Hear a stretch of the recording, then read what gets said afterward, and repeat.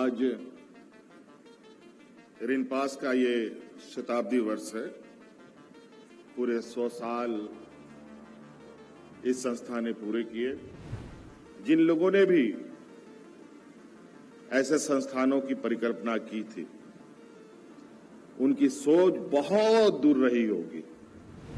मुझे कभी रिनपास के परिसर में आने का मौका नहीं मिला और शायद मेरे से ये क्षेत्र थोड़ा सा छूट सा गया है और अभी बैठे बैठे मैं बहुत कुछ जानने की कोशिश कर रहा था, लेकिन इतने छोटे से समय में इतनी बड़ी चीजों को समझ पाना थोड़ा कठिन जरूर है। रिनपास का जो कार्य क्षेत्र है, ये एक ऐसा कार्य क्षेत्र है जहां बहुत कम लोग इस बात के लिए तैयार होते होंगे कि किसी को रिनपास जाने की जरूरत पड़े। मुझे बताया गया यहां कुल 50 बच्चों का एडमिशन हर साल होने का था, लेकिन कतिपय कारणों से उन बच्चों में भी एडमिशन में भी कमी आई। क्या कारण है, इसको जानने की आवश्यकता है और क्या कमी है, इसको पूरा करने की आवश्यकता है। शताब्दी वर्ष के इस समारोह में उपस्थित सभी लोगों को मेरी ओर से बहुत बहुत शुभकामनाएं। मंच पर उपस्थित हमारे साथ केंद्रीय रक्षा मंत्री संजय सेठ जी, हमारे साथ मंत्रिमंडल सहयोगी इरफान अंसारी जी और जहां रिनपास अवस्थित है, यहां के स्थानीय विधायक सुरेश कुमार बैठा जी और विधायक राजेश कच्छप जी, हमारे पूर्व मंत्री सुबोध कांत सहाय जी, स्वास्थ्य विभाग के सचिव सरकार के एसीएस अजय कुमार सिंह जी, रिनपास निदेशक अमोल रंजन सिंह जी और विशेष रूप से निभांस से आई हमारी वहां के निदेशक डॉक्टर प्रतिमा मूर्ति जी एवं गणमान्य अतिथिगण, आप सबका हार्दिक अभिनंदन करते हुए जोहार करता हूं।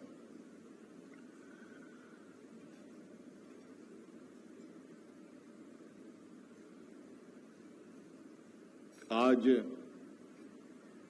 रिनपास का ये शताब्दी वर्ष है। पूरे 100 साल इस संस्था ने पूरे किए।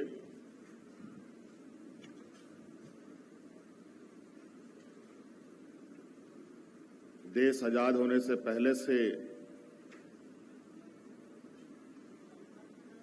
ये संस्था आम लोगों के सेवा में समर्पित है। हालांकि इस राज्य में इसी तरह का एक और संस्था सीआईपी भी यहां पर अवस्थित है।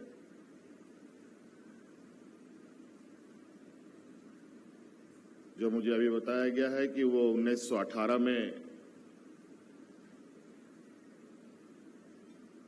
लोगों को समर्पित किया गया और रिनपास 1925 में।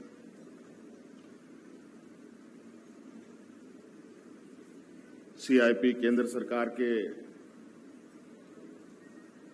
माध्यम से संचालित होती है और रिनपास राज्य सरकार के माध्यम से संचालित होती है।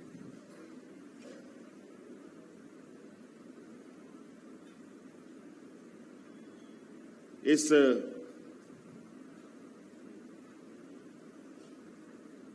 रिनपास का जो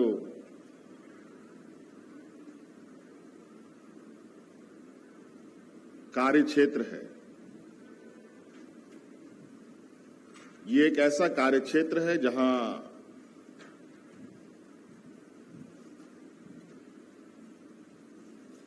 बहुत कम लोग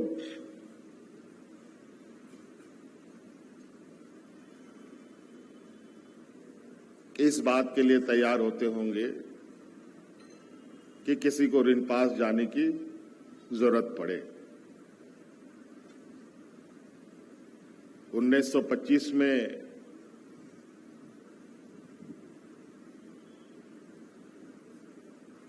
मानव मनस्थिति की क्या स्थिति रही होगी ये तो मैं नहीं बता सकता, लेकिन वर्तमान में मानव मनस्थिति जरूर बहुत ज्यादा परेशान करने वाला है। और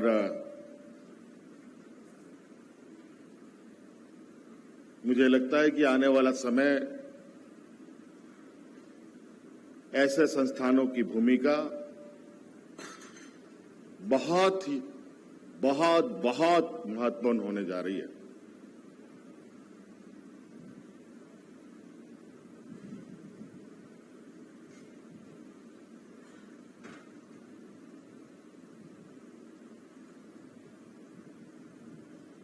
मुझे कभी ऋणपास के परिसर में आने का मौका नहीं मिला और शायद मेरे से ये क्षेत्र थोड़ा सा छूट सा गया है और अभी बैठे बैठे मैं बहुत कुछ जानने की कोशिश कर रहा था, लेकिन इतने छोटे से समय में इतनी बड़ी चीजों को समझ पाना थोड़ा कठिन जरूर है। लेकिन आने वाला समय में विशेषकर इस ऋणपास के संदर्भ में विस्तृत समीक्षा के उपरांत यहां पर क्या क्या चीज बेहतर की जा सकती है उस पर हम लोग काम करें, क्योंकि इसकी महत्ता अपने आप में एक अलग चुनौतियों के साथ है।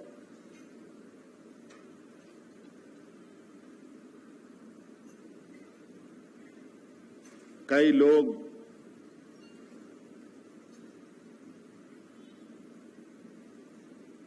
इस राज्य के अलग अलग कोने कोने से हमारे संपर्क में आए और हम लोगों ने जो भी मौजूदा व्यवस्था रहा होगा उसके माध्यम से ऋणपास तक लोगों को पहुंचाने का, भेजने का हम लोगों ने काम किया। लेकिन जब आज इस शताब्दी समारोह में इस संस्थान के विषय में थोड़ी बहुत जो बातें आ रही है, जो मैं देख पा रहा हूं, जो समझ पा रहा हूं,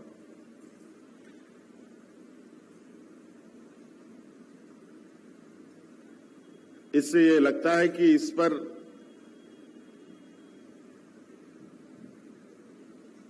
चलते चलते ये या साधारण इस विषय को समझना गलती होगा, गलत कदम होगा और इसके लिए कहीं ना कहीं गंभीरता के साथ इस संस्थान के लिए काम करना होगा। यहां कितने व्यवस्थाएं हैं, कितने डॉक्टर्स हैं, कितने फैकल्टीज हैं, कितने नॉन टीचिंग स्टाफ हैं, कितने मरीज हैं, कितना लोग यहां इंडोर हैं, कितना आउटडोर हैं, कितने महिलाएं हैं, कितने पुरुष हैं, कितने बच्चे हैं, बहुत बड़ा इसका एक अलग दायरा है। और शायद जिन लोगों ने भी ऐसे संस्थानों की परिकल्पना की थी उनकी सोच बहुत दूर रही होगी।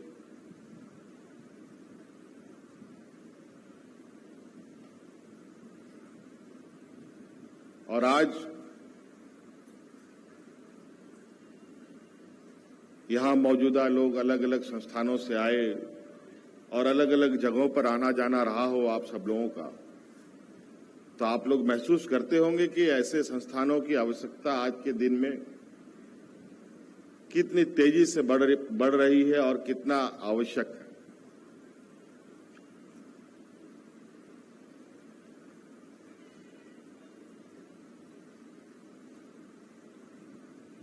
मुझे बताया गया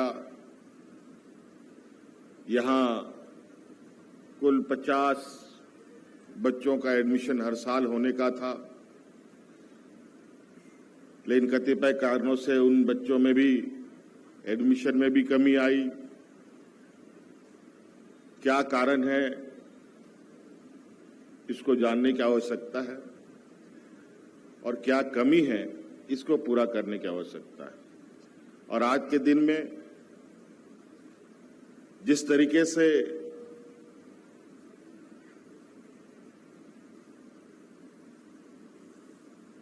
मानसिक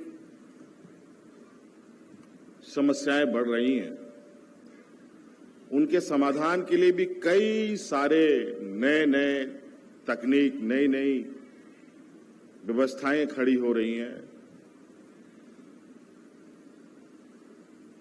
नए तरीके के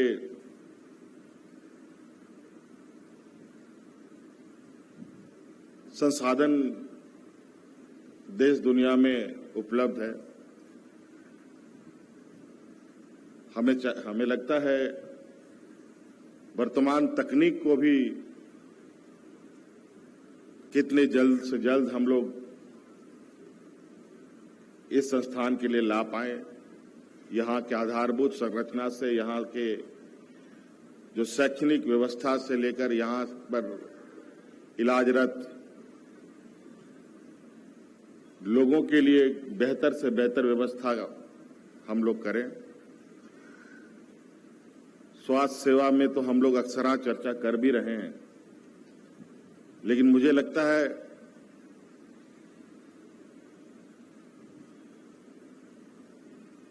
मनोचिकित्सा के लिए भी विशेष ध्यान देने की आवश्यकता थी। अब चूंकि ये पहला दिन है जहां हम बहुत थोड़ा सा करीब से रिनपास के परिसर में हैं और उसी के शताब्दी वर्ष में यहां हम लोग एकत्रित हैं, और हम आपको आश्वस्त करते हैं कि बहुत जल्द रिनपास को बदलते हम देखेंगे और यहाँ के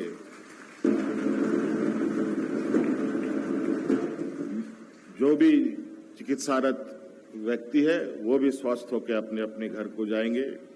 कई सारी बातें जैसे पूर्व में डायरेक्टर साहब ने बताया, हम लोगों ने कई वीडियो के माध्यम से भी देखा, कई लोग ऐसे हैं कि अपने परिवारजनों को यहीं पर छोड़कर चले जाते हैं, उनको लेने भी नहीं आते है। समाज के अंदर कई ऐसी चीजें हैं, कई ऐसी घटनाएं हैं जो हमारे जहन में हैं। मैंने उसको महसूस किया है, देखा है कि ऐसे स्थिति में किसी भी परिवारजनों की क्या स्थिति होती है और जो इस समस्या से गुजरता है उसकी क्या स्थिति होती है। आप लोगों ने कई बार अखबारों में के माध्यम से, सोशल मीडिया के माध्यम से कई ऐसी खबरें पढ़े होंगे जहां पर बच्चे को सिक्कड़ में बांधकर, किसी खूंटे से बांधकर छोड़ दिया गया है, किसी महिला को हाथ पैर बांध करके, पेड़ से बांध करके छोड़ दिया गया है। कई सारी ऐसी खबरें जो दिल दहलाने वाली है। कहीं न कहीं हमारी ये व्यवस्था तक उनका पहुंचना, उनका एक्सेस बहुत ही मुश्किल रहा है। इसको और सरल और लोगों को उत्साह कैसे इसके प्रति भी जगे, अवेयरनेस प्रोग्राम के साथ हम लोग आगे बढ़ेंगे। इसलिए बहुत ज्यादा विशेष नहीं कहते हुए आज यहाँ जितने भी छात्र छात्राएं हैं, यहाँ पर फैकल्टीज हैं, यहाँ के प्रबंधन हैं, सभी को आपके इस ऋणपास के शताब्दी वर्ष के लिए मेरी ओर से ढेर सारी शुभकामनाएं। धन्यवाद। जोहार।